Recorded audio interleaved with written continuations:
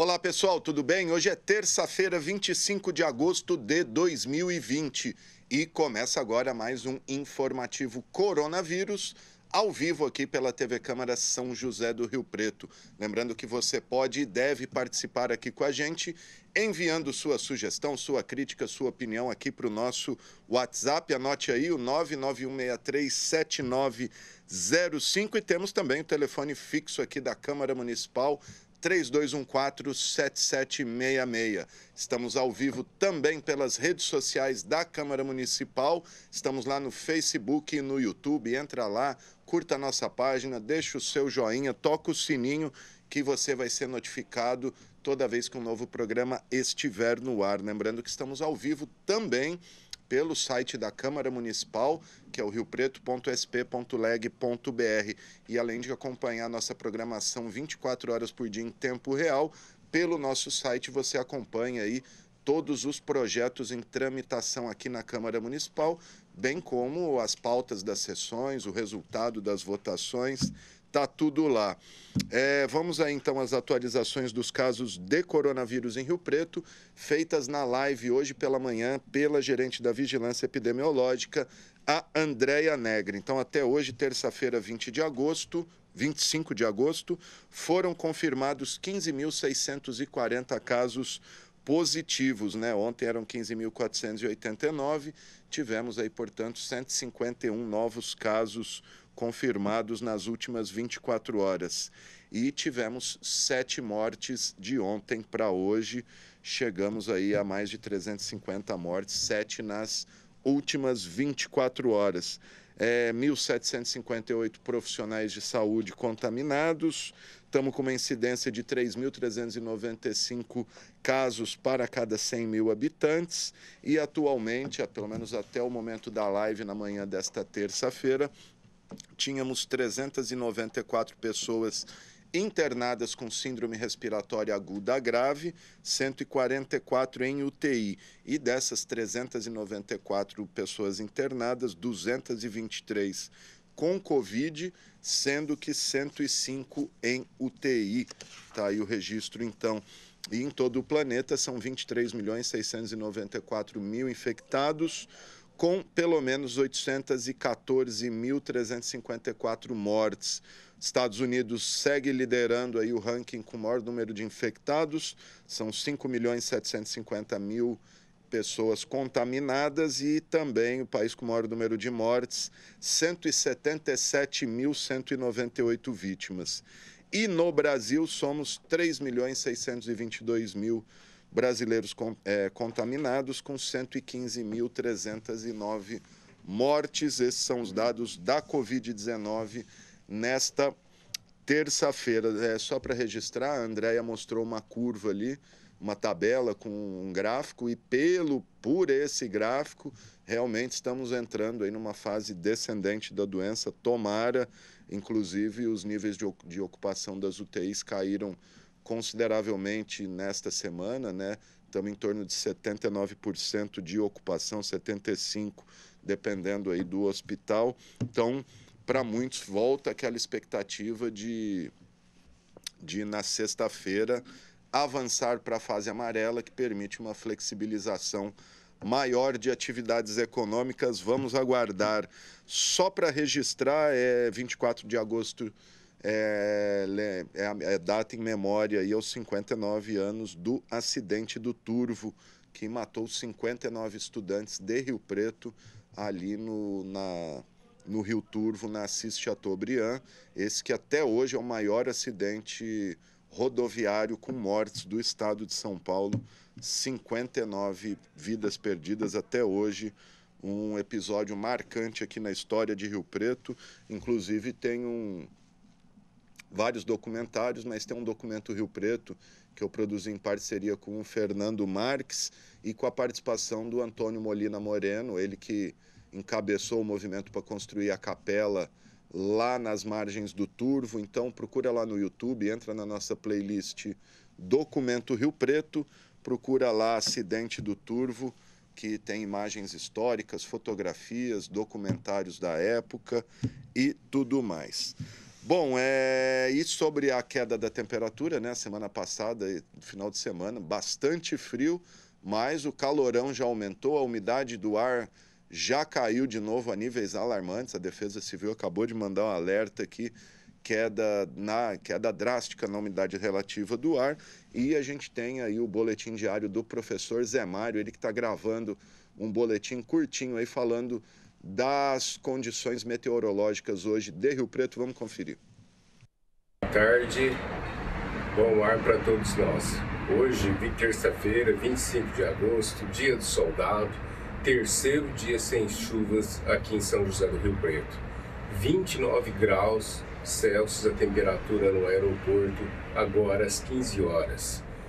11% de umidade relativa do ar no aeroporto e 15% na Washington Luiz, no quilômetro 444. Situação em termos de umidade do ar preocupante. A umidade do ar tem uma função importante de umidificar as vias aéreas superiores e dar um conforto maior às pessoas. Nessa baixíssima umidade do ar, nós sentimos um esforço maior para respirar e temos mais irritações no sistema respiratório que diariamente consome, que diariamente respira 30 mil litros de ar por dia. É muito mais do que água, do que alimentos. Na região foram constatadas 8 queimadas pelos satélites do INPE e também fica uma situação muito preocupante nos próximos dias. A tendência é que a temperatura se eleve ainda mais, além dos 29 graus que estamos agora nesse momento, 30 graus no Eldorado, lá no Centro Desportivo Municipal, onde a CETESB tem uma estação de monitoramento que está registrando concentrações de material particulado no ar 2 vezes mais além do limite recomendado pela Organização Mundial da Saúde. As autoridades sanitárias, nesse quadro climático, de temperaturas elevadas e baixíssima umidade do ar, recomendam às pessoas o uso racional da água, reidratação intensiva e, é claro, ficar em casa, pois estamos ainda no ápice da pandemia da Covid-19. As informações meteorológicas são muito importantes para a população e elas estão disponíveis quer no site da CETESB, quer no site do Centro de Informações Agrometeorológicas da Secretaria de Agricultura, aqui também no aeroporto de São José do Rio Preto. É muito importante que as pessoas, antes de executar um serviço ao ar livre, verifiquem as condições de temperatura, de umidade do ar, para que ocorra o menor esforço possível, de forma a evitar agravos à saúde. Tá, então, o balanço, o boletim, que o professor José Mário Ferreira de Andrade, engenheiro sanitarista, analista ambiental da CETESB e colaborador da Defesa Civil, faz diariamente aqui pra gente, agora gravado. Antes ele mandava por escrito, mas ele aceitou aí, gentilmente, está gravando diariamente para a gente, a partir de agora, o seu boletim diário. Bom, e mudando de assunto aí, voltando a falar de Covid, a pandemia trouxe crise e recessão para diversas atividades econômicas. A gente viu aí, daqui a pouquinho a gente vai falar mais sobre isso, agora à tarde, pessoal de bares, restaurantes, etc., protestando aqui na Andaló. Mas a gente vai falar agora do setor moveleiro.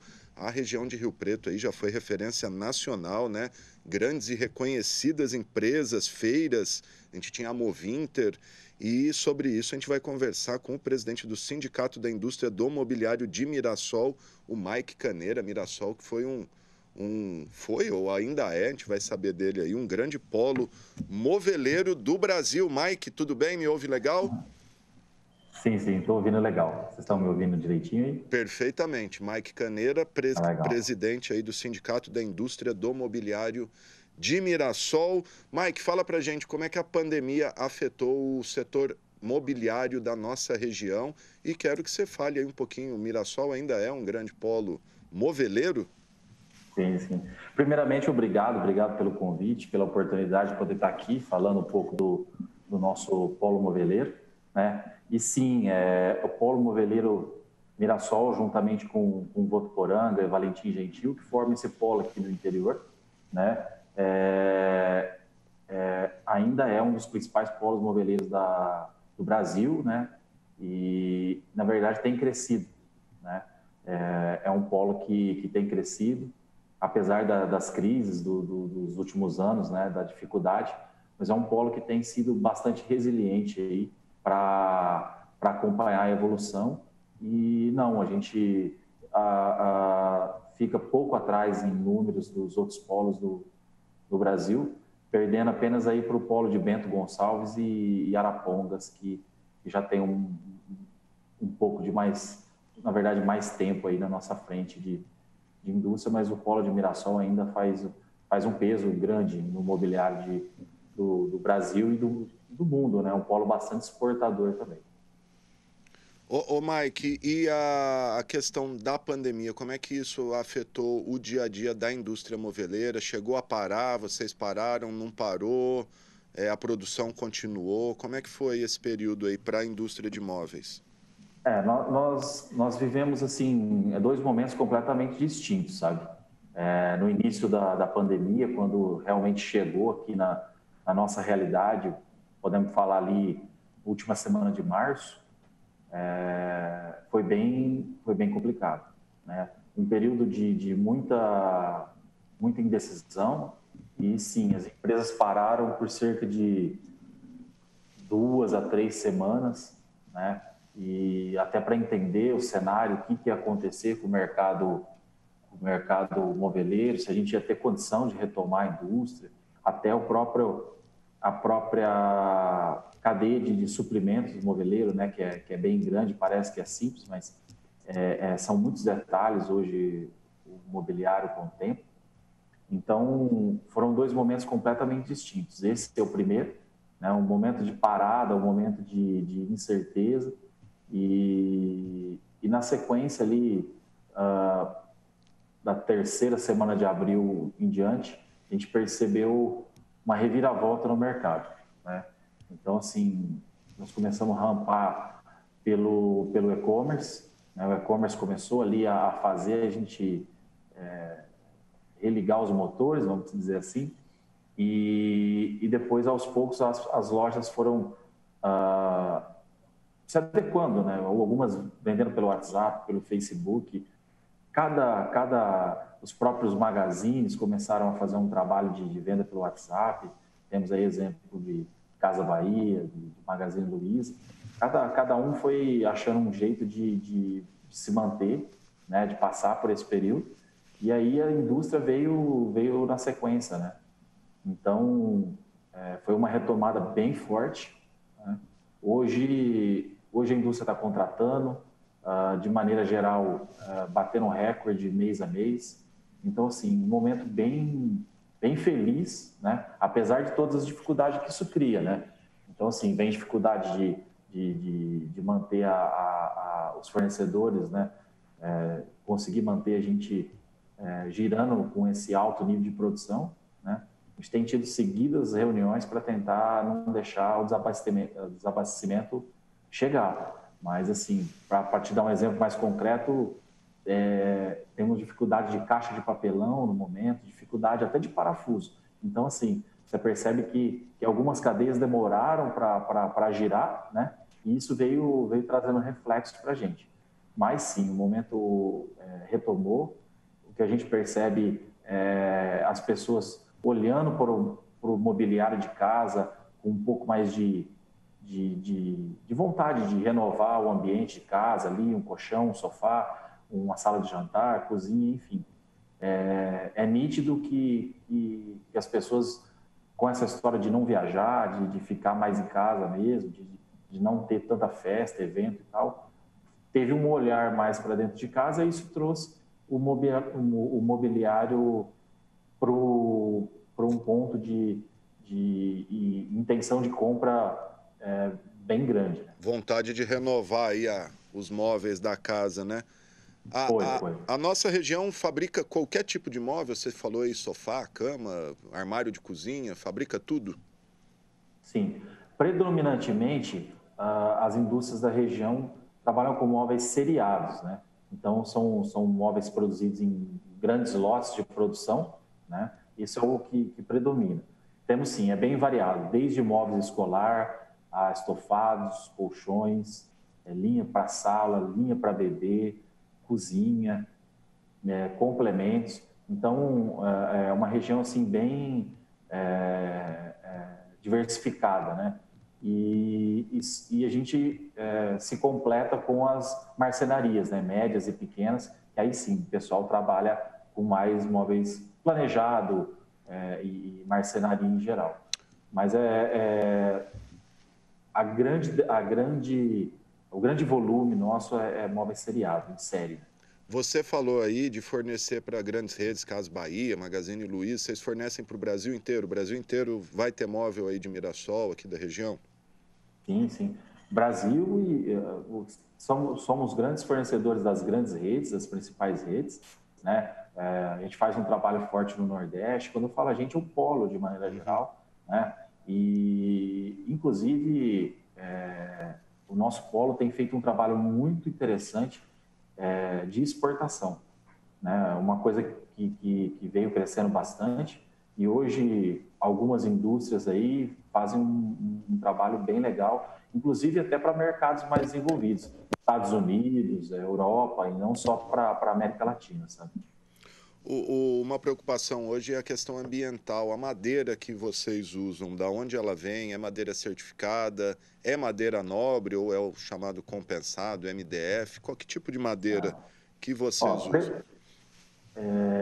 Predominantemente é chapa industrializada, né, que é o MDF e o MDP, né, que é conhecido como aglomerado, e todas essas chapas são produzidas por reflorestamento, até pelo volume, né, das grandes indústrias que produzem a chapa, obrigatoriamente tem que ser reflorestamento, tem que ser manejo, porque são indústrias multinacionais hoje, né, então assim, tem todo um conceito de exploração florestal muito bem resolvido, né? E um pouco que se usa ainda de madeira natural, aí sim, são madeiras certificadas, todo o acompanhamento junto aos órgãos aí é feito. Então, assim, não tem mais aquela história, pelo menos assim, como uma regra, né? Aquela história de desmatamento, não consegue ter mais esse tipo de questão assim numa indústria. E hoje, no nosso polo principalmente, não. Ok. Até por isso, não sei se você vai saber, não é a tua área, mas uma curiosidade. Quando a gente vê desmatando lá na Amazônia e vê aqueles caminhões com aquelas toras de madeira, para onde vai essa madeira? Uhum. Ali geralmente acaba indo para construção, né? Ali vira material de construção, que tem uma facilidade ali de fazer aquela coisa de formiguinha, sabe? Carrega um caminhãozinho aqui, uma coisa ali, né?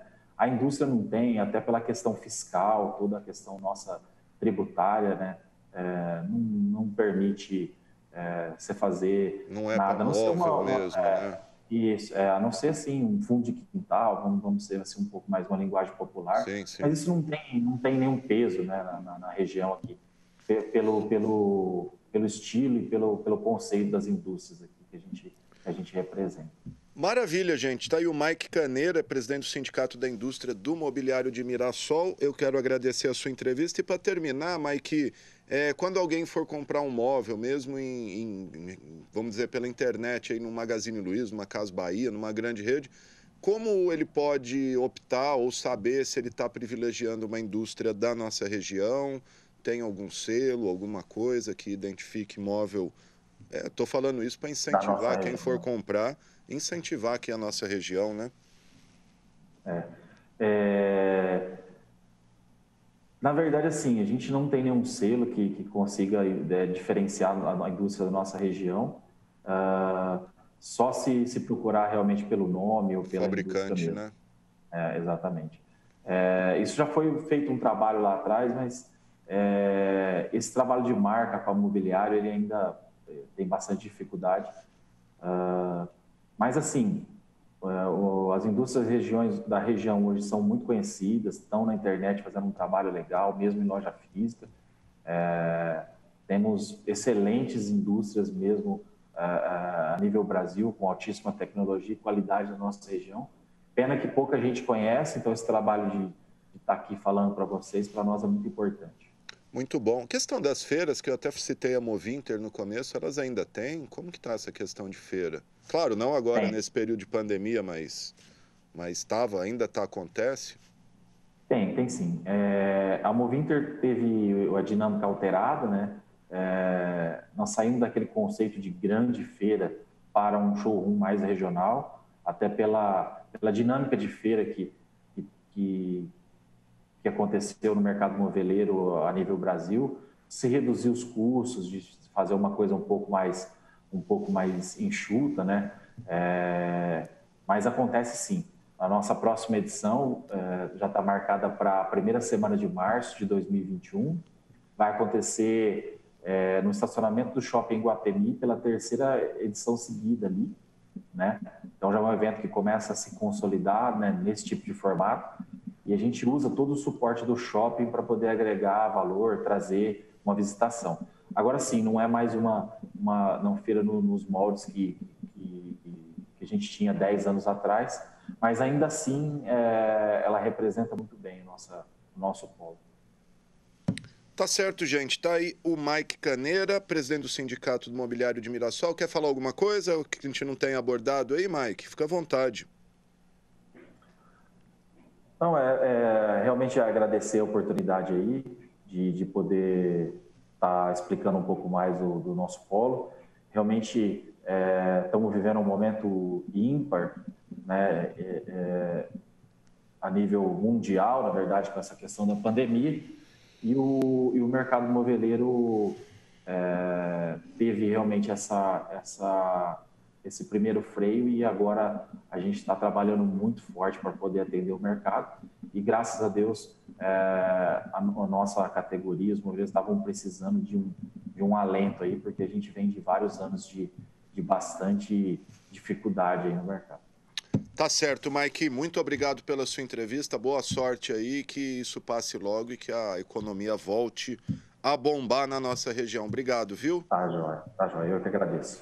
Valeu. Tá aí o Mike Caneira, presidente do Sindicato da Indústria Imobiliária de Mirassol, falando pra gente um pouquinho desse setor da economia aqui na nossa região tão importante, emprega tanta gente. Como ele disse, inclusive, contratando, isso é muito bom. Bom, daqui a pouquinho a gente tem a 28ª sessão ordinária de 2020, 5 horas da tarde. Vamos conferir a ordem do dia aí com a Thaís Machado, é isso? Vamos ver.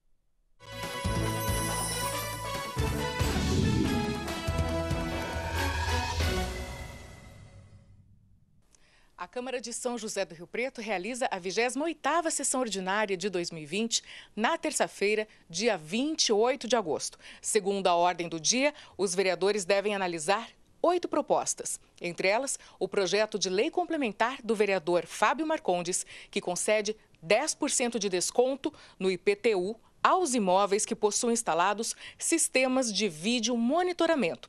A justificativa da matéria afirma que o objetivo é aumentar a segurança da cidade por meio da ação Cidade Vigiada. 6 projetos de lei também devem ser analisados pelo plenário. São eles: do Executivo, o único em pauta na segunda discussão, revoga o programa Cultura para Todos, em função da existência do Prêmio Nelson Seixas de Fomento à Cultura no município. De Renato Pupo, autoriza o SEMAI, Autarquia Municipal, a receber, nas faturas de água, doações destinadas ao Lar Esperança, asilo que abriga idosos, carentes e que não têm filhos. Os vereadores também devem analisar projeto de lei de Fábio Marcondes, que cria o programa Adote um Playground para crianças com deficiência. Do mesmo autor, matéria que dispõe sobre o regulamento de decretos municipais para o enfrentamento da Covid-19 em Rio Preto. De José Carlos Marinho, declara de utilidade pública a Soprocon, Sociedade Protetora dos Consumidores.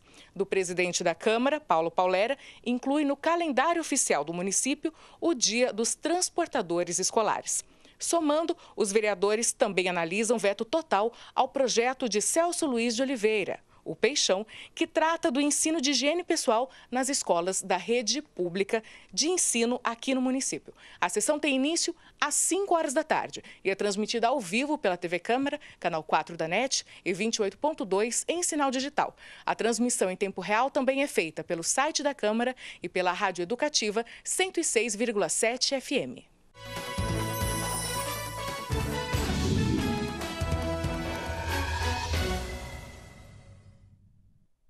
Ok, tá aí a pauta da sessão. Então, gente, daqui a pouquinho, coladinho aqui no programa, você acompanha a 28ª sessão ordinária de 2020 ao vivo pela TV Câmara, como tem acontecido aí, sessão remota. Bom, eu disse no começo do programa, pessoal que o pessoal que faz parte do setor de bares, restaurantes, boates e toda a cadeia que envolve isso, pessoal de técnicos de som, segurança, etc., fizeram um protesto aqui, um manifesto em frente à Prefeitura de Rio Preto, pedindo atenção, volta aí ao trabalho. A Prefeitura, inclusive, emitiu uma nota que eu vou ler aqui para vocês, que a Prefeitura de Rio Preto informa que é um decreto em vigor que segue as normas sanitárias impostas pelo Comitê de Enfrentamento ao Coronavírus no Estado de São Paulo. De acordo com a regra desses comitês, seguindo o Plano São Paulo, Rio Preto está na fase laranja, o que proíbe a abertura dos estabelecimentos nesse momento. De qualquer maneira, o pessoal se reuniu agora e eu estou aqui com um dos líderes desse movimento, o André Barrinha, vai falar com a gente o que foi solicitado ali, o que vocês desejam. Barrinha, obrigado por atender a gente. Opa, tudo bom? Tá me ouvindo legal aí? Perfeitamente. Sim, a gente acabou agora o protesto aqui, que a gente fez essa manifestação pacífica e a política reunindo empresários de diversos setores que estão impossibilitados de trabalhar devido à fase que Rio Preto se encontra hoje. Essencialmente, todos os setores que hoje estiveram presentes no protesto, eles necessitam do atendimento presencial do seu cliente, coisa que agora o decreto proíbe, porque acaba gerando aglomeração e a disseminação desse vírus aí é uma coisa que cada vez está ficando maior e a gente, respeitoso à lei, a gente está cumprindo todas as medidas de higienização, de precaução que a vigilância sanitária está passando para a gente.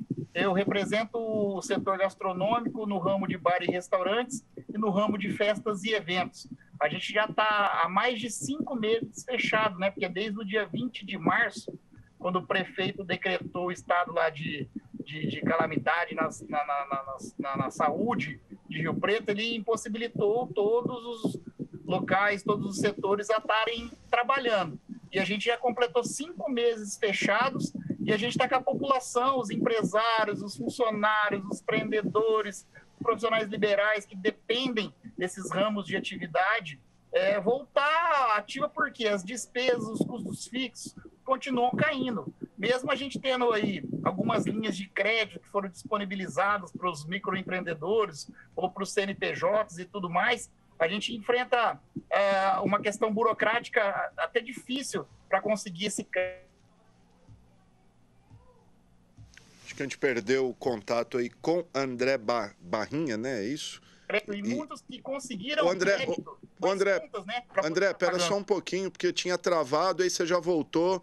Então, você estava falando que vocês estão respeitando tudo e agora vamos completar, então, qual que é a proposta de vocês, qual que é a oferta que vocês fazem aí, só lembrando que não depende da prefeitura, né, tem um decreto estadual, mas queria saber qual que é o que vocês oferecem para tentar voltar ao trabalho.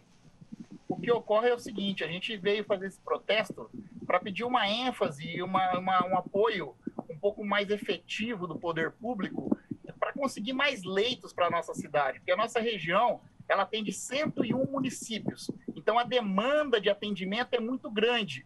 E se a gente tiver uma estrutura para poder estar adequando com mais leitos e já se programando para manter o atendimento com excelência no combate desse vírus, a gente vai poder mudar para a fase amarela e iniciar essa retomada econômica. A nossa ideia é que a prefeitura dê uma ênfase maior nisso, tendo em vista que a gente tem alguns números de valores que já foram repassados para a prefeitura, que está utilizando diretamente para o combate do vírus, e a gente não está vendo uma efetividade desse dinheiro ser gasto nisso, entendeu? Ok. Ô André, você acha que mesmo reabrindo, vamos dizer que sexta-feira agora Rio Preto vá para a fase amarela e bar e restaurante possa abrir, vocês acham que o público vai comparecer? Quais são as medidas que vocês pretendem tomar para tornar mais segura a presença dos clientes consumidores num bar, num restaurante? Ok. Já existe, né, uma norma que vem do Plano São Paulo de retomada, onde ele já coloca todos os padrões que devem ser feitos de adequação para o atendimento presencial nos bares e restaurantes. Eu não acredito que nessa sexta-feira a gente mude de fase, porque nessas reavaliações é só quinzenalmente que a gente está tendo o avanço de fase. A gente está tendo esse intervalo do meio da semana de 7 dias depois de uma reavaliação para saber se a pessoa vai regredir e não progredir nas fases. Então, a gente está preocupado no quê? A gente vai ter que aguardar 15 dias até o dia 4, né, desde sexta passada chegar, e a gente está com medo de, às vezes, chegar e a gente está fora daquele enquadramento com o número de leitos disponíveis abaixo de 75% novamente, e a gente ficar mais 15 dias parados, entendeu? Mas toda a cartilha normativa para a volta do atendimento, ela já é prescrita e a gente tem que seguir o Plano São Paulo, não tem como fugir disso. Porém, hoje, através do advogado do sindicato do nosso setor, a gente protocolou via gabinete do prefeito, antes de começar o protesto, tudo o que a gente requer para que ele flexibilize. Para quê? Para que nosso segmento seja ajustado à realidade da nossa cidade e do nosso setor, entendeu? Algumas adequações, não são adequações assim muito absurdas ou muito abusivas do que já está sendo feita. Porém, a gente só pede para que ele tenha essa flexibilidade para facilitar e reativar um pouco mais rápido essa abertura do nosso setor. Você tem notícia de bares e restaurantes que já não vão reabrir, que já decretaram aí o fechamento, e de demissões no setor, André? Sim. Acontece o seguinte, hoje eu fiz uma lista atualizada que veio direto do Sindicato de Bares e Restaurantes similares. A gente tem em Rio Preto o conhecimento de 1.927 bares e restaurantes cadastrados com CNPJ ativo em Rio Preto, hoje. 1927. 1927, isso dentro do sindicato, tá bom? Porém, a gente tem um estudo que foi feito, já deve fazer uns 15 dias atrás, que todo o ramo de bar e restaurante de Rio Preto e região, a gente já teve um fechamento de 35% do efetivo que estava atuando antes da pandemia. Então, 35% de todos os estabelecimentos desse ramo fecharam. Isso gerou mais de 1.237 demissões. Isso reconhecido como CLT e dentro do sindicato. Sem dizer todos os trabalhos informais de freelance, que muitos garçons, auxiliares de cozinha, barmans, bartenders, também prestam, né, para a gente poder estar trabalhando. Então, assim, o mercado de trabalho hoje para esse segmento de bar e restaurante em Rio Preto é importante porque ele gera 30% dos empregos diretos da cidade. Pois então, a gente está falando de uma classe que ela tem uma representatividade grande e que está sofrendo por não poder trabalhar. Sem dúvida, sem contar pessoal aí de outros setores que depende de bar, músico, né, técnico, segurança, etc. Bom, gente, tá aí então o André Barrenha falando aí desse protesto. Teve algum contato, algum diálogo com alguém do executivo para estabelecer alguma ponte? Não, a gente só fez através do nosso advogado do sindicato. Esse ofício foi entregue hoje, antes do protesto, no gabinete do prefeito. Então, ele esteve ciente de todas as reivindicações que a gente buscou. E, além do nosso setor, a gente também convidou os outros setores que vieram agregar ainda mais a esse pedido da flexibilização para a gente avançar de fase. E a gente agora aguarda para ver se a gente consegue ter, a partir do dia 4, essa possibilidade do retorno ao trabalho. Não tem como culpar uma pessoa ou um segmento ou um setor específico, né? A gente sempre tenta colocar assim, o direcionamento de todo o precursor dessa pandemia em cima dos órgãos públicos, porque deles vem a distribuição e o atendimento desse setor de saúde, porque Rio Preto é uma referência no setor de saúde.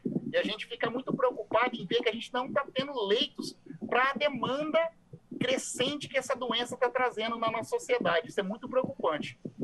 Tá certo, gente. Aí tá aí o André Barrenha, ele que é um dos representantes aí do setor de bares e restaurantes de Rio Preto, a quem eu agradeço pela entrevista e desejo boa sorte aí, torcer para que os bares e os restaurantes voltem a abrir, desde que devidamente autorizados e com toda a segurança possível. Obrigado, André.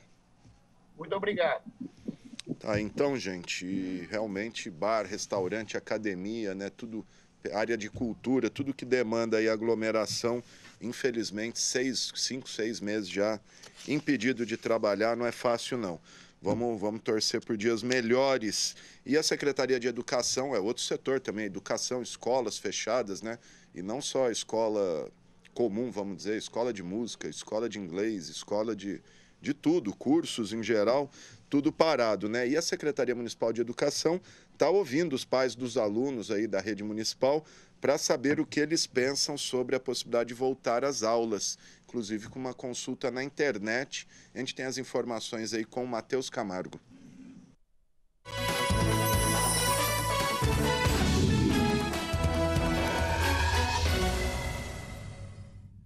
A Prefeitura de Rio Preto iniciou uma pesquisa sobre a possível retomada das aulas presenciais na cidade. O questionário está disponível online para receber respostas até quinta-feira, dia 27 de agosto, no link que está na tela. Segundo a Secretaria Municipal de Educação, os resultados serão utilizados para reforçar os estudos de planejamento do retorno das atividades presenciais das escolas, levando em consideração a opinião dos pais se mandariam ou não as crianças para as aulas. O questionário está sendo enviado pelas escolas por meio do Google Formulário. Todos os canais, como Facebook, WhatsApp e outras mídias digitais, serão utilizadas para alcançar os responsáveis pelos mais de 40 mil alunos da rede municipal de ensino. Os pais que possuem 2 filhos matriculados na rede só precisam responder a um formulário. A Secretaria Municipal de Educação vai respeitar a decisão dos pais que optarem por não enviar os filhos para a escola, dando continuidade ao ensino remoto. Mas a decisão da retomada das aulas será baseada nas orientações do Comitê Municipal de Enfrentamento ao Coronavírus e da Secretaria Municipal de Saúde, seguindo ainda as regras do Plano São Paulo.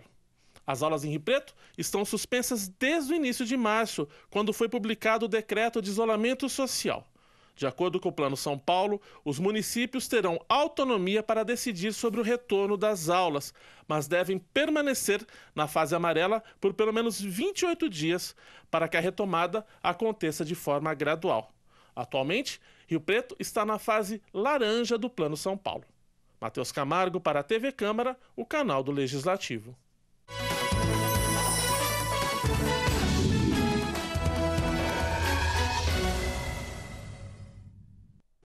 Tá aí então, gente. E você, o que você acha aí? Deve voltar às aulas aí ou não? Mande aqui pra gente manda aqui pra gente a tua opinião. Tá aí o nosso WhatsApp, 991637905, ou liga aqui pra gente, conversa com a nossa produção 3214-7766.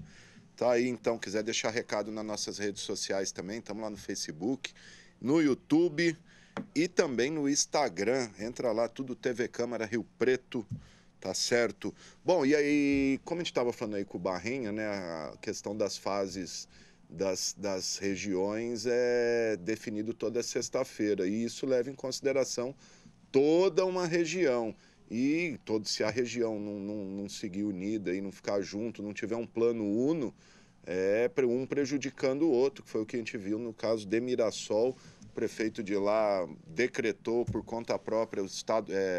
fase amarela lá em Votuporanga, mandou abrir tudo, e isso acaba pressionando leitos de outras regiões, porque as pessoas se contaminam lá e vêm para cá. E a Defensoria Pública entrou com uma ação civil pública pedindo o recuo para a fase amarela. O Ministério Público de lá se manifestou a favor da fase amarela. Está uma confusão, a Justiça ainda não se manifestou sobre isso, vai ouvir agora o executivo, etc., mas sobre os limites de cada um, falar mais em tese aí, juridicamente sobre isso, os limites de cada executivo. A gente vai conversar agora com o doutor Carlos Romani, promotor de justiça, mais uma vez aqui com a gente.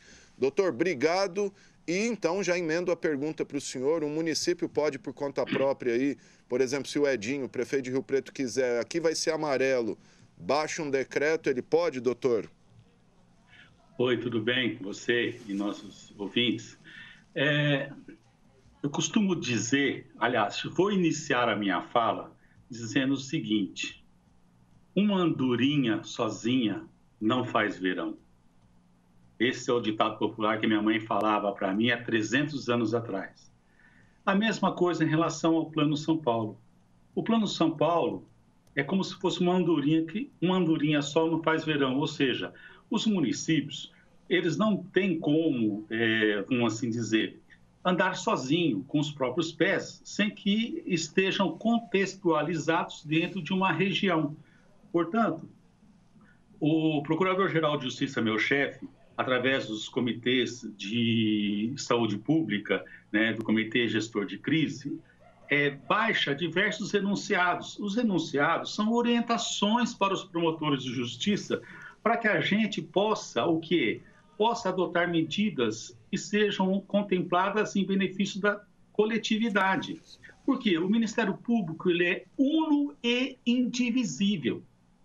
Tudo bem, nós temos a nossa independência funcional, nós podemos atuar de forma independente, mas num contexto geral, como é a pandemia, nós temos que atuar de forma una e indivisível. E, portanto, o Procurador-Geral, ele faz diversos enunciados, encaminhando aos promotores de justiça qual é a posição ministerial como um todo, para que a gente possa seguir um caminho junto, em conjunto. Então, por exemplo, ele baixou um enunciado que diz que a definição e a caracterização, não sou eu que estou dizendo isso, a definição e a caracterização das fases, elas têm que ser retomadas de acordo com o que é estabelecido pelo secretário estadual de saúde. Porque o Plano São Paulo é um plano regional, não é um plano municipal. Então, portanto, se alguém quer avançar numa fase da qual ele não se encontra, você está entendendo? Na questão econômica não essencial, certo? O que acontece? O município, dentro desse contexto todo do Plano São Paulo, ele está numa situação hierarquizada e regionalizada. Hierarquizada porque o Supremo Tribunal, faz 3 meses, já decidiu, você está entendendo? Que os municípios têm que obedecer o que diz o Estado. Então, o Estado impõe determinada medida pelo Plano São Paulo numa situação hierarquizada em relação à saúde pública, certo? Então, o município está o quê? Em tese, submisso a essa questão. Então, portanto, o que pode fazer um município? Se o Edinho Araújo, por exemplo, aqui em São José do Rio Preto, quiser retrotrair para o vermelho, ele pode fazer isso. Ele não pode ir para o amarelo. Nem ele, nem nenhum outro prefeito pode sair da fase que se encontra. Por quê? Porque existe uma situação regionalizada. O SUS é regionalizado. Por que o SUS é regionalizado? Se o prefeito de qualquer cidade do interior de São Paulo, inclusive de Votuporanga, São João da Boa Vista, etc. e tal, quiser ser independente, ele que forme, então, um hospital que atenda só a cidade dele, coloque lá 800 leitos, sem depender do SUS. Aí ele não tem uma situação regionalizada, ele não está incluído numa regionalização da saúde pública. Então, os pacientes dos seus problemas, eles não serão atendidos pelo SUS, serão atendidos no hospital dele, municipal, você está entendendo? Ou no hospital particular que ele venha fazer o convênio. Então, portanto, a situação é regionalizada dentro do SUS. Esse final de semana, para você ter uma ideia, eu, como faço parte da assessoria do Procurador-Geral na parte da saúde pública, o colega lá de São João da Boa Vista manteve contato comigo na sexta-feira à noite, dizendo que o prefeito falou para ele, olha, nós retrotraímos para o laranja, porque São João Batista, a região, estava no amarelo. E o prefeito falou, aqui em São João da Boa Vista, eu sou amarelo. E vou continuar no amarelo, não vou retroceder para o laranja. Aí ele mandou uma recomendação no sábado, orientei o colega, nós conversamos, discutimos. Essa é a minha função dentro da assessoria do Centro de Apoio, por isso que chama Centro de Apoio Operacional de Saúde Pública. E ele fez uma recomendação no sábado para o prefeito, esperando a resposta no domingo. O prefeito disse que ia continuar no amarelo, não ia retroceder para o laranja. Ele entrou com uma ação civil pública lá na segunda-feira, já com um pedido liminar que foi deferido pelo juiz. Sim. E retrocedeu para o laranja. Por quê? Porque o Plano São Paulo determinou isso. Aí o que acontece? Há 2 meses atrás, esse mesmo prefeito, brigando com o promotor de lá, você está entendendo? Achando que era o dono de tudo lá em São João da Boa Vista, está entendendo? Abriu lá o seu comércio, como fez um prefeito aqui da região, que você acabou de mencionar, certo? E o que aconteceu? Foi tudo para água abaixo. Aumentou assustadoramente os casos. Aí ele retrocedeu para o Plano São Paulo, deu certo. Agora, o que acontece? Ele novamente abriu na semana passada, retrocedeu, aí o que deu no que deu. Houve uma medida judicial por parte do Ministério Público, você está entendendo? E ele foi concedido a liminar. Então, o que acontece? O Ministério Público está atento, nós temos que tomar medida em benefício da coletividade, nós temos que agir de acordo com os enunciados que o próprio Procurador-Geral determina, porque se cada promotor, dentro da sua independência funcional, que nós temos, e eu respeito a independência funcional dos colegas, mas dentro desse contexto de pandemia, nós temos que pensar no todo, nós temos que pensar que o Ministério Público é uno, é indivisível. É como um partido, né, doutor? O deputado, o vereador tem liberdade para votar do jeito que quer, mas quando um partido fecha ali decisão, tem que seguir a orientação para agir unamente, como o senhor disse, e até estranhou por isso a manifestação. Não vou nem perguntar isso para o senhor, não quero que o senhor comente, é um colega do senhor, mas uma manifestação ali um tanto quanto esquisita, né? Parece até um post de Facebook falando que Votuporanga é uma ilha que sofre com as cidades vizinhas, isso. Quer dizer, ele fez ali Respeito a posição do colega, mas isso trouxe, dentro dos nossos grupos de saúde pública, não só aqui de Rio Preto, mas do estado de São Paulo inteiro, vai trazer consequências. Por quê? Porque algum prefeito ou algum advogado experiente, esperto, vai pegar a manifestação do colega e vai chamar e vai colocar contra a gente que está respeitando o Plano São Paulo, por exemplo, como que a gente disse, fogo de encontro. Sim. Poxa, mas o promotor lá de tal cidade falou isso, o senhor não concorda com ele? Ou o senhor discorda dele? Ou ele vai convencer o juiz, juntando essa manifestação do promotor num outro caso, e vai fazer fogo de encontro com a nossa posição, entendeu? Só que, com certeza, a nossa posição, de acordo com o Procurador-Geral, é a maioritária. Então, com certeza, nós estamos tendo, dentro do Estado de São Paulo como um todo, e eu só posso dizer com certeza absoluta para você que eu oriento 250 promotores do Grupo de Saúde Pública no Estado de São Paulo inteirinho, nós só temos vitórias e mais vitórias. São raras as derrotas que a gente tem, mas as derrotas fazem parte desse contexto de luta. Nós não somos só vitoriosos, só seremos sempre vitoriosos. Nós temos que defender uma posição. A nossa posição, hoje, do Ministério Público do Estado de São Paulo, do Procurador-Geral de Justiça, é em defesa da saúde pública, é em defesa da comunidade, é em defesa das regras que estão aí estabelecidas. Se o Plano São Paulo está certo ou está errado, é o que a gente tem. Nós não temos outro plano. Se o prefeito de Votuporanga, por exemplo, quiser estabelecer um plano, então ele vai lá para o governador e mostra o plano para o governador diferente. Ou se não, pega o plano de Minas Gerais e traz para São Paulo. E lá em Minas Gerais também tem plano. Então, todos os lugares têm plano. Tem um plano e tem que seguir, né? Tem um plano a ser seguido. Não se cada um resolver fazer por si, nós nunca vamos resolver o problema da pandemia.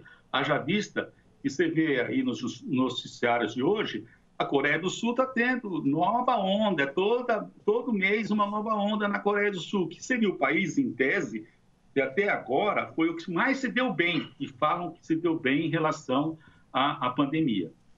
Sem dúvida nenhuma, gente. Tá aí o doutor Romani, até porque quando perde em primeira instância, o tribunal normalmente tem derrubado decisões que atentam contra o Plano São Paulo.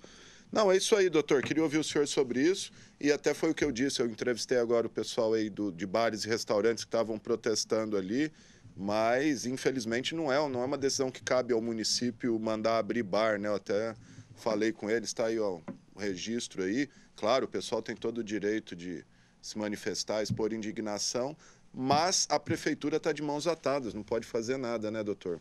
Sim, olha, a gente tem a perspectiva de ir para o amarelo na próxima etapa, uma grande perspectiva de ir para o amarelo. Mas aí o que acontece? Dentro da nossa região, alguém toma alguma medida de caráter pessoal, de caráter resolvendo seu problema pessoal, o seu problema político, sei lá eu, né? O seu receio de não ter os votos do comércio, sei lá eu o que acontece na cabeça dessas pessoas, tá entendendo? E aí, tomam essa medida, o que acontece? Não consegue atender a sua comunidade lá, dos doentes que vão aumentar em razão da pandemia, acaba indo para outros hospitais, por exemplo... Outros não, acaba vindo aqui para o HB, né? De São José do Rio Preto, certo? Que já está no seu limite, aumenta o limite, o que acontece? Conseguimos ficar no laranja novamente e talvez, se possivelmente, às vezes, retrotraindo até para o vermelho, que nós nunca estivemos, né? Aí seria pior, aí vai fechar tudo mesmo, entendeu? E eu creio que esse desafio que o prefeito está querendo de determinada cidade, você está entendendo? É para ir para o vermelho. Então peça, por favor, já para o governador, vamos para o vermelho, já fecha de uma vez do que fica esse vai e volta, esse efeito ioiô, que vem mais em prejuízo da comunidade. Por quê? Porque não se sabe se está aberto ou se está fechado. Aí o prefeito abre, a justiça fecha. E aí? Está entendendo? Fica um efeito ioiô, traz descrédito, tanto para o prefeito, traz desgaste político, tanto para o prefeito como para o próprio judiciário. Tá certo, gente. Está aí o doutor Carlos Romani, a quem eu agradeço demais por essa entrevista. Mais uma aí, doutor Carlos, sempre falando aqui com a gente. Obrigado, viu, doutor Romani? Estamos sempre à disposição. Um abraço a todos. Obrigado, doutor Romani. E é o que muitos dizem, né? Se lá atrás a gente tivesse feito um mês aí de lockdown de verdade mesmo, segundo alguns teóricos, talvez hoje a gente não estaria, né? A gente fica enrolando, finge que abre, finge que fecha, finge que abre, não faz nenhum nem outro e vai rolando. Se tivesse, segundo alguns sanitaristas, vários já que falaram aqui com a gente, sanitaristas, infectologistas, virologistas, se talvez tivesse fechado aí 20 dias, um mês de maneira correta, para valer mesmo, talvez a situação não tivesse chegado a esse ponto. Vamos aguardar. Temos aí a perspectiva de avançar para o amarelo, apesar de casos, todo dia 100 e poucos, 200 casos, morte todo dia, enfim. Olha só, a Receita Federal divulgou que vai promover um leilão de mercadorias apreendidas, né? Tem de celular, barco, perfume, tem tudo. Vamos conferir as informações aí com a Jaqueline Casanova.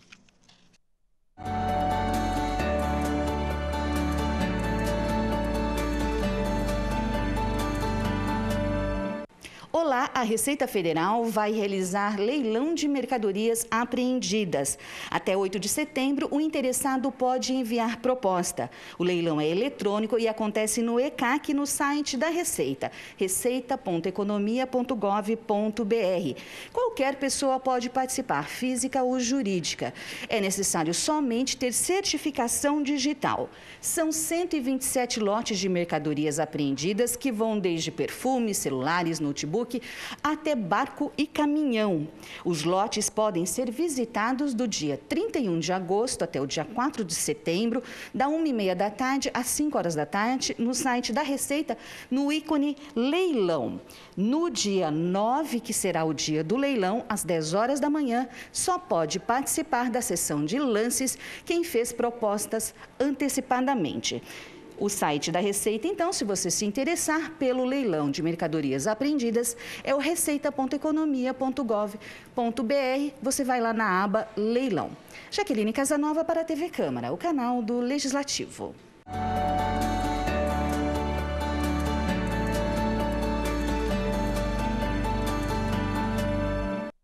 Tá Tá aí então, gente, leilão da Receita Federal só por lote, né? Não tem produto individual, mas às vezes se você revende mercadoria ou compra aí em grande quantidade, às vezes vale a pena. E falando ainda de economia, gente, a gente até comentou ontem, o governo do estado isentou taxas para novas empresas e tem também o quarto lote do imposto de renda. A gente tem esse boletim aí da Mariana Dyer. Então vamos lá, vamos conferir aí isenção de taxa para novas empresas e o quarto lote do imposto de renda liberado para consulta.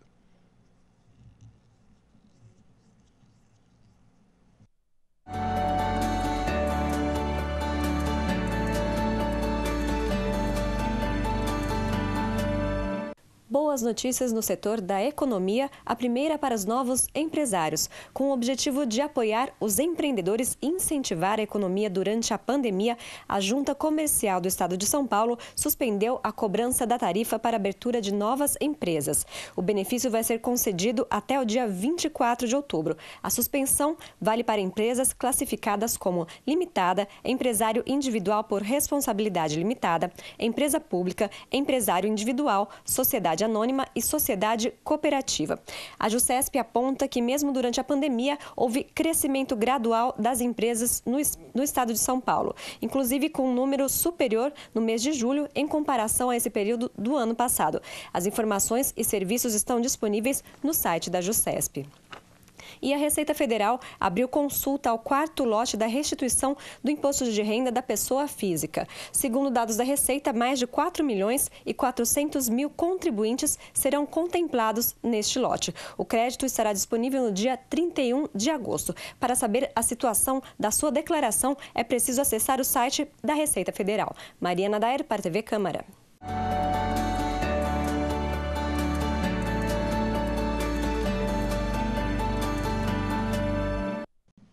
É isso aí, gente. Daqui a alguns minutinhos você fica com a 28ª sessão ordinária de 2020, porque agora a gente encerra o informativo Coronavírus desta terça-feira. Teve os trabalhos técnicos do cinegrafista Oséias Santos, do controle mestre Eduardo Máximo, GC e produção Renato Foque, Jaqueline Casanova e Mariana Dyer, e do operador de áudio Israel Heleno de Castro. Lembrando que, como sempre, o momento é de seguir as orientações das autoridades sanitárias, permanecer em casa, sair só para o que for realmente essencial. E se você quiser rever esse programa, ele será reprisado logo mais às 9 horas da noite ou a qualquer momento, em qualquer lugar do planeta, em nosso canal no YouTube. A gente volta amanhã às 4 horas da tarde com mais informações para você. E como já foi dito aí, hoje é o dia do soldado e também o dia do feirante.